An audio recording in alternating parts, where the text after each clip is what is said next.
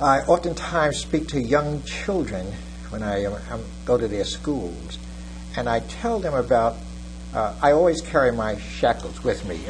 I have shackles that I carry with me when I go on these schools, when I talk to schools. And I tell the young people that one time I went into a patient's home. She was a school teacher, a black school teacher, and she had the dimensions of a slave ship. And where the slaves stayed at was 3 feet 6 inches under the bottom of the boat. That's the height of it. And so I tell them, take the ceiling and lower it just above your head. This is a group of students sitting in assembly. I said, lower it just above your head, turn out the lights. It's complete darkness. And think of people sitting in that area as close as you're sitting in those seats next to one another in the auditorium. And they had to move their bowels there.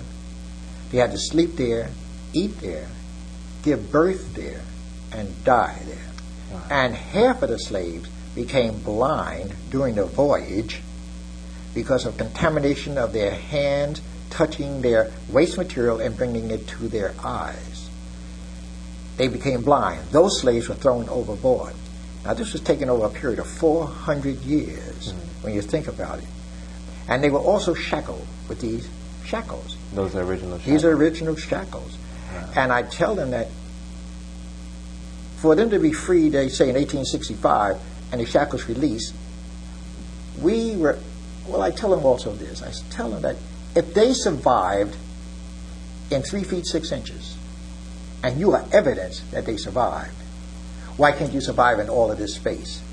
Free schools, free libraries, all the kind of things that you have a home to sleep in, most of the time mother and father, at least a good mother or a good father, food when you go to bed at night and things like this.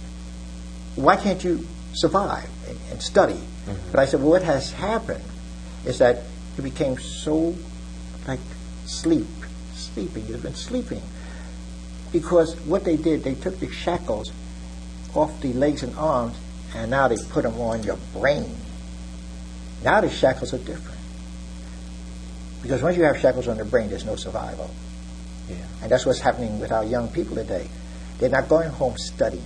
They're not going home and doing the things they were supposed to do. And as Bill Cosby brought out, even in a recent talk that he gave, that how terribly he was disturbed about how young people were acting. I am disturbed that way also. And so, meaning that we have to do to remove these shackles from the brain. So basically, these shackles are shackles that have been removed from our arms and legs, but now our brains are shackled. And therefore, we have to start thinking differently. In fact,